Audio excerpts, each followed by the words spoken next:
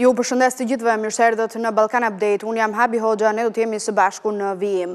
Sikurse është kuptuar edhe nga çfarë kemi transmetuar gjatë ditës së sotme, Tirana është kthyer në kryeqendrën e Europës, kjo për shkak të organizimit samitit të Bashkimit Evropian. Ditën e sotme kanë mbritur figura të rëndësishme të drejtimit të zemrës së Europës, Brukselit. Kemi pritur vetëm pak minuta më parë, sikurse u ndoq edhe nga një konferencë e përbashkët me kryeministrin Rama, presidentin e Këshillit Evropian Antonio Costa, po ashtu gjatë ditës sotme ka pasur një vizitë teje të rëndësishme, historike. Për herë të parë, kryeministri britanik Keir Starmer ka mbritur në Tiranë, duke shënuar kështu edhe vizitën e parë e një kryeministri të Britanisë së Madhe në vendin tonë. Do të jemi fillimisht me këtë material dhe minutat që kemi ende në dispozicion do të shfrytëzojmë për të bërë një bisedë në lidhje me këto zhvillime të rëndësishme që e kanë epiqendrën në Tiranë.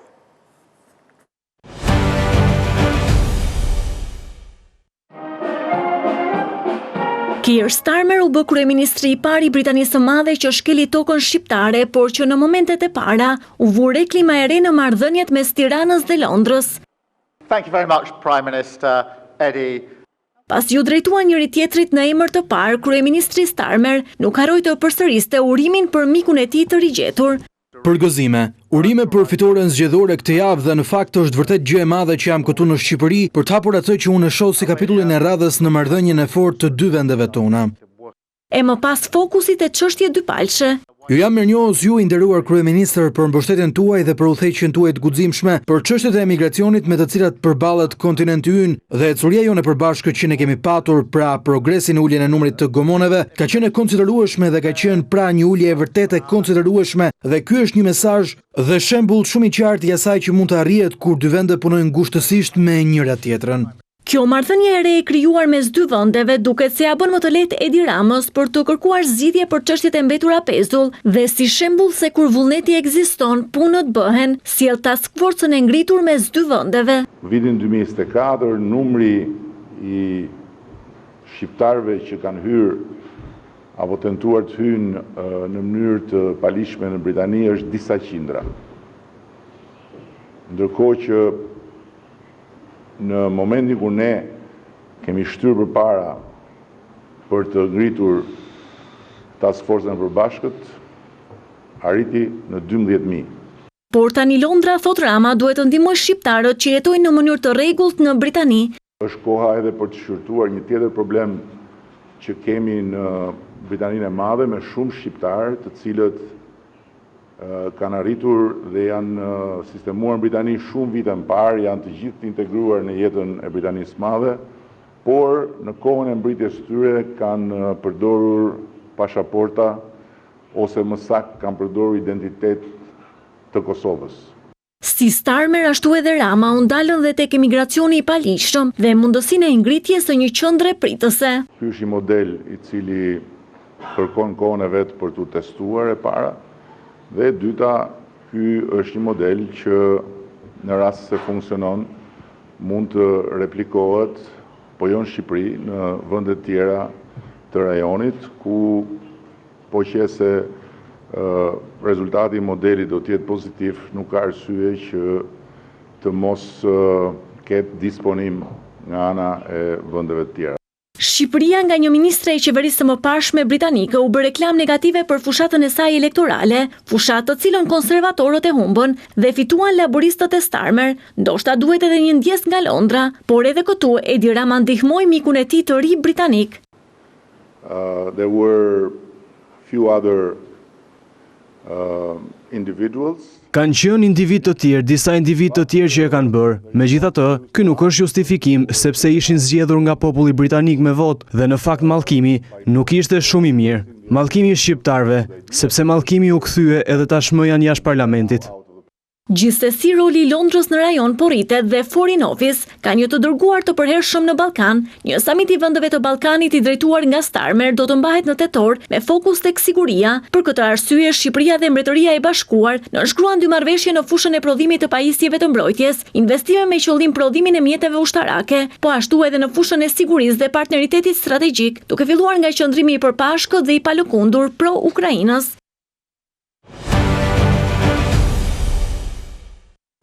Duke kërkuar mirëkuptimin e tyre që në fillim edhe për minutat në pritje, po edhe për pak minuta që kam në dispozicion derisa të mbaroj kështu minutazhi i Balkan Update, ftoj në këtë komunikim të drejt për drejt Emanuel Bajron, ekspert i çështjeve të ekonomisë, po jo vetëm njohës shumë i mirë edhe gjithë zhvillimeve politike, dhe po ashtu Emilio Çika, profesor ekspert i marrëdhënieve ndërkombëtare. Mirë se erdhët, shumë faleminderit. Emanuel, Emilio, kënaqësi që ju kam në këtë komunikim. Emanuel, të lutem, do doja ta nisnim së bashku, nuk e di nëse ju ndodheni në Britani apo në Shtetet e Bashkuara të Amerikës nga çka parë nga lëvizjet tuaja të fundit, po do doja një koment për sa i përket vizitës historike, se për herë të parë mbrin në Tiranë një kryeministër i Britanisë së Madhe. Çfarë do të thotë kjo për marrëdhënien mes dy vendeve? Faleminderit Habi, unë në fakt jam në Londër këtë javën tjetër në Shëbak. Faleminderit për ftesën, është me të vërtet vizitë shumë e rëndësishme, por do isha ndjesh shumë më mirë po të ishte një vizitë e cila do i sillte Shqipërisë një marrëveshje tregtare ose një marrëveshje konkrete bilaterale ekonomike që do ta ndihmonte Shqipërinë, konsumatorin shqiptar, popullin shqiptar gjithandej, por edhe do të ndihmonte vendit, si themi, në parafrimin më konkret me interesat e Britanisë së Madhe. Por fatkeqësisht jemi në një situatë ku një kryeministër i Britanisë së Madhe vjen në Shqipëri më shumë me preokupime se sa që vjen me ndonjë marrëveshje konkrete ose me diçka, si themi, tashti nuk dua të jemi i një anshëm, por nuk ka sjell pikërisht atë farë sentimentin e një vizite e cila do të ishte trumpetuar si vizite suksesshme. Ta zëjmë për shembull vizitat që bëhen kohëve të fundit të disa liderëve evropian në Beograd ose në Athinë, ku epiteti i lartësisë së raporteve të dy vendeve është shumë i theksuar, përderisa kjo vizitë së Keir Starmer, përveç që është një themi... E kuptoj dhe shumë i qartë kjo, po ndoshta do duhet një start i mirë, ndoshta fakti që vjen në Tiranë është një good news. Në këtë aspekt mendoj se është një etapë edhe një kapitull historik që vlen për të theksuar, edhe pse mbrapa ndoshta mbetet çështja e marrëveshjes për emigrantët që ndoshta jeni duke nënkuptuar. Po, në fakt, nuk është edhe aq historike sa që ka qenë vizita e parë e kryeministit Tony Blair në vitin 99 në Shqipëri, mos harrojmë. Pra, ka qenë historike për shkak se ishte edhe lufta e Kosovës, por ka qenë historike sepse ajo ishte në fakt vizita jo zyrtare, mund të themi, por pa marrë parasysh që Tony Blair pa takuar edhe kryeministrin asaj kohë, zoti Panteli Majko. Po, natyrisht është lajm i mirë, por nuk është lajm i mirë në kontekstin që ne duhet të gëzohemi edhe duhet presim diçka, ndonjë mrekulli këtu, duhet i bëjmë shumë gjëra të, si themi, punë të shtëpisë, si në Shqipëri, por po ashtu edhe ne si komunitet shqiptar këtu në Britanitë e Madhe.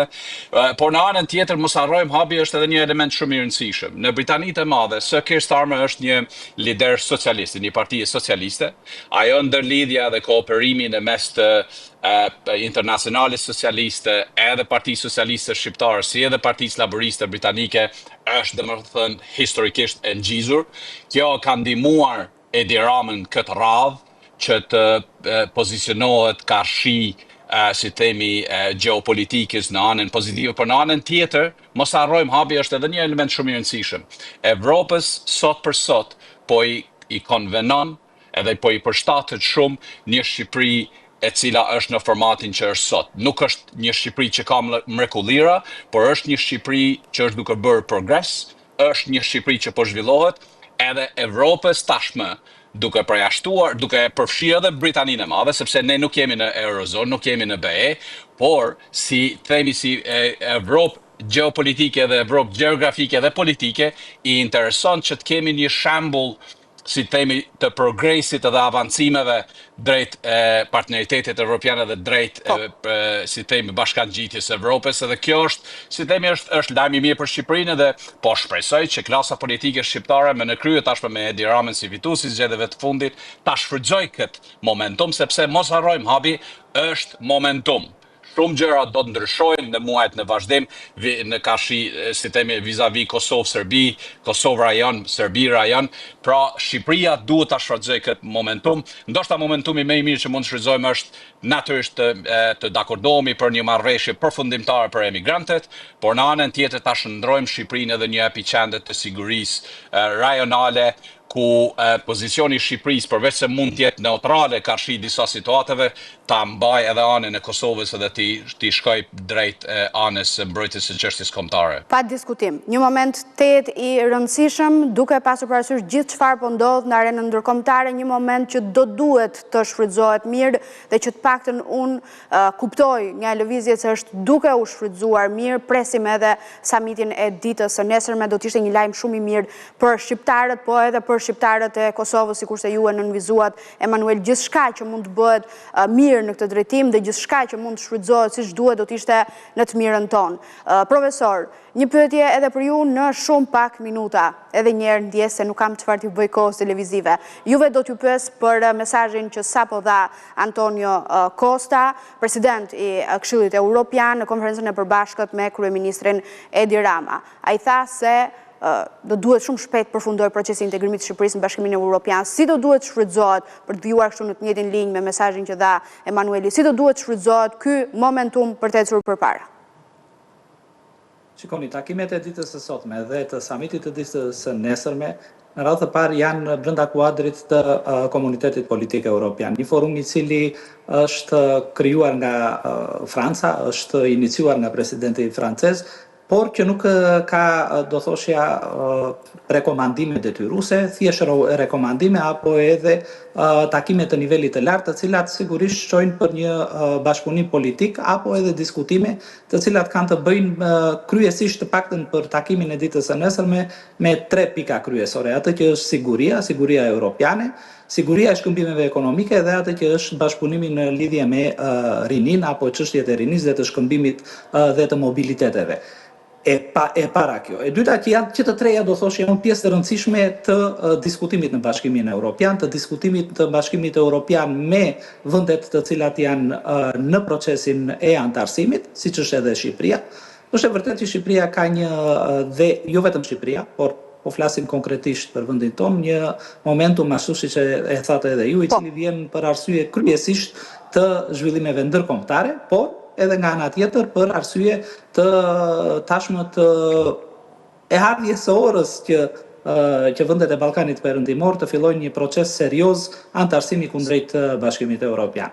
Ajo që u tha nuk është diçka e re, duhet thënë, janë ato të cilat vazhdimisht janë thënë, detyrat e Shqipërisë kundrejt Bashkimit Evropian dhe më pas është një çështje e cila i takon Bashkimit Evropian në rang politik. Gjë e cila do diskutohet në fazë të dytë, janë disa çështje të cilat të them të vërtetë në aspektin personal dhe të analizës time edhe mund t'i druhem, e them këtë për arsye të zhvillimeve të brendshme politike të vetë Bashkimit Evropian, të vetë zhvillimeve ndërkombëtare të cilat jo gjithçka në këtë moment është në dorën e Shqipërisë.